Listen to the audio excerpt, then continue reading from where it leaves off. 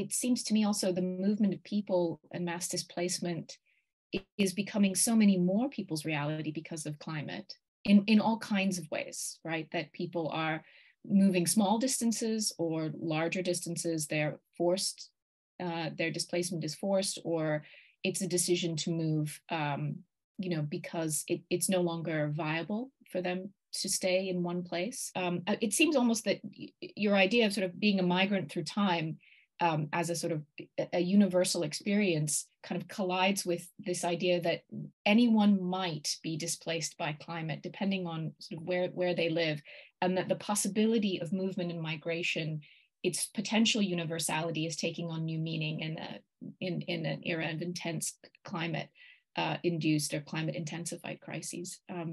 Have you thought about climate displacement and this novel, or was that something you had thought about? Definitely thought of climate displacement in the novel, and I think, in a sense, writing this novel at a time when it seems clear to me that many people just have to move, and we need to, I guess, begin to engage in the emotional and imaginative preparatory work, for that movement. It seemed to me that that was sort of, I guess, part of my project, and I think so many of our projects at this moment.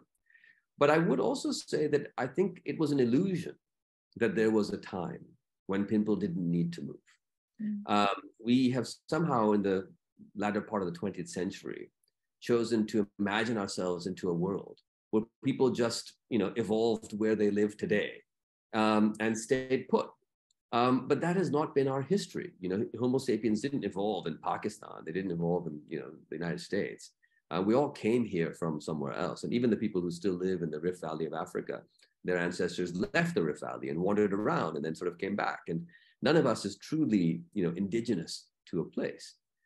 And I think what's important about that is that, if you look historically, half of Europe left Europe and went to the Americas, went to Australia, went to Sub-Saharan Africa, went to South Asia. Why is Siberia part of Russia? Because people moved. Where did the Aztecs come from? People moved to get to Central America. And so our species has used movement as a way to deal with stress, like all species since the beginning of evolutionary time. We are just trapping ourselves in a mindset that suggests that this is not the case, that actually people should just stay put. What animal does? No animal does. Even trees move, not individuals.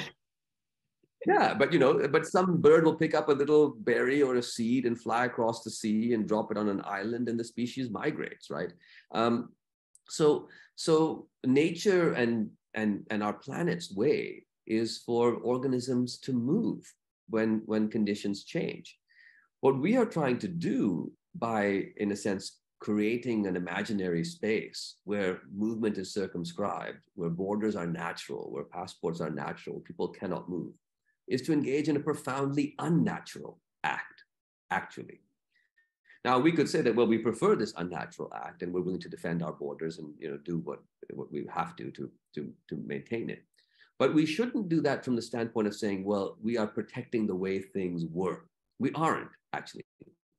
We are trying to freeze in time an ahistorical and very brief view of how human beings lived, and hold all the forces of nature and history. And I think we won't be successful, but we should probably acknowledge that it's not that climate change is something new in that sense, although it is something devastating and it will have enormous impact on people. Climate change is the latest and perhaps greatest of many stressors that our species has faced forever.